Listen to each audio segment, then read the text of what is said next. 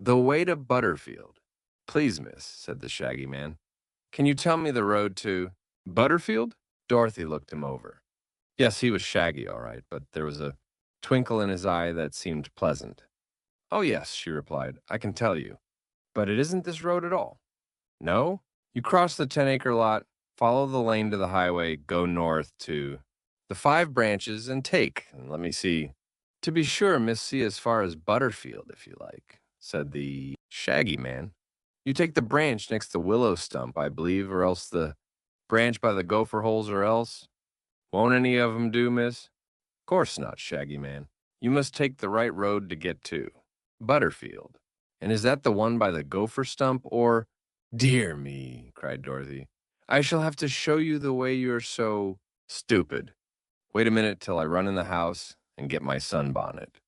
The Shaggy Man waited. He had an oat straw in his mouth, which he chewed, slowly as if it tasted good, but it didn't. There was an apple tree beside the house, and some apples had fallen to the ground. The Shaggy Man thought they would taste better than the oat straw. So he walked over to get some. A little black dog with bright brown eyes dashed out of the farmhouse and ran madly toward the Shaggy Man, who had already picked up 3 apples and put them in one of the big wide pockets of his shaggy coat. The little dog barked and made a dive for the Shaggy Man's leg, but he grabbed the dog by the neck and put it in his big pocket along with the apples. He took more apples afterward, for many were on the ground, and each one that he tossed into his pocket hit the little dog somewhere upon the head or back and made him growl. The little dog's name was Toto, and he was sorry he had been put in the Shaggy Man's pocket. Pretty soon, Dorothy came out of the house with her sunbonnet, and she called out, Come on, Shaggy Man, if you want me to show you the road to Butterfield. She climbed the fence into the 10-acre lot, and he followed her, walking slowly and stumbling over the little hillocks in the pasture as if he was thinking of something else and did not notice them. My, but you're clumsy, said the little girl. Are your feet tired? No, miss, it's my whiskers. They tire very easily this warm weather, said he. I wish it would snow, don't you? Course not, Shaggy Man, replied Dorothy, giving him a severe look. If it snowed in August, it would spoil the corn and the oats and the wheat, and then Uncle Henry wouldn't have any crops, and that would make him poor and— Never mind, said the Shaggy Man. It won't snow, I guess. Is this the lane? Yes, replied Dorothy, climbing another fence. I'll go as far as the highway with you. Thank ye, miss. You're very kind for your size, I'm sure, said he, gratefully. It isn't everyone who knows the road to Butterfield, Dorothy remarked, as she tripped along the lane, but I've driven there many a time with Uncle Henry, and so I believe I could find it blindfolded. Don't do that, miss, said the Shaggy Man earnestly. You might make a mistake. I won't, she answered, laughing. Here's the highway. Now it's the the third turn to the left, or else it's the fourth. Let's see. The first one is by the elm tree, and the second is by the gopher holes, and then what? He inquired, putting his hands in his coat pockets. Toto grabbed a finger and bit it.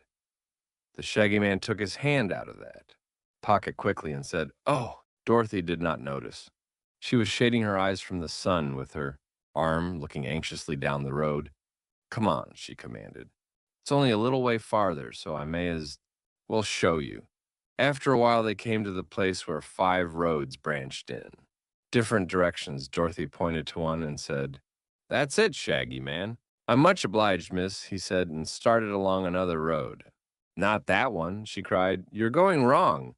He stopped. I thought you said that other was the road to Butterfield, said he, running his fingers through his shaggy whiskers in a puzzled way. So it is, but I don't want to go to Butterfield, miss. You don't? Of course not. I wanted you to show me the road, so I shouldn't go there by mistake. Oh, where do you want to go to, then? I'm not particular, miss. This answer astonished the little girl, and it made her provoked, too, to think she had taken all this trouble for nothing. There are a good many roads here, observed the Shaggy Man, turning slowly around like a human windmill. Seems to me a person could go most anywhere from this place. Dorothy turned around too and gazed in surprise. There were a good many roads more than she had ever seen before.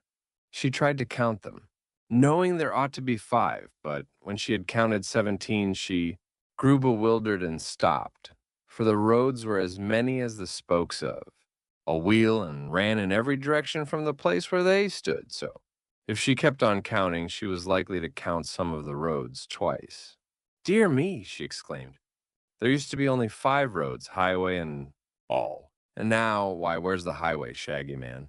Can't say, miss, he responded, sitting down upon the ground as if tired with standing. Wasn't it here a minute ago? I thought so, she answered, greatly perplexed. And I saw the gopher. Holes, too, in the dead stump, but they're not here now. These roads are all strange, and what a lot of them there are.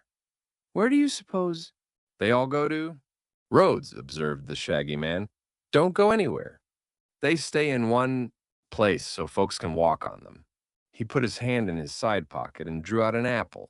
Quick, before Toto could bite him again, the little dog got his head out this time and said, "Bow wow," so loudly that it made Dorothy jump. "Oh, Toto," she cried, "where did you come from?" "I brought him along," said the Shaggy Man. "What for?" she asked. "To guard these apples in my pocket, miss, so no one would steal them." With one hand, the Shaggy Man held the apple, which he began eating, while with the other hand he pulled Toto out of his pocket and dropped him to the ground. Of course, Toto made for Dorothy at once, barking joyfully at his release from the dark pocket. When the child had patted his head lovingly, he sat down before her, his red tongue hanging out one side of his mouth, and looked up into her face with his bright brown eyes as if asking her what they should do next. Dorothy didn't know. She looked around her anxiously for some familiar landmark, but everything was strange.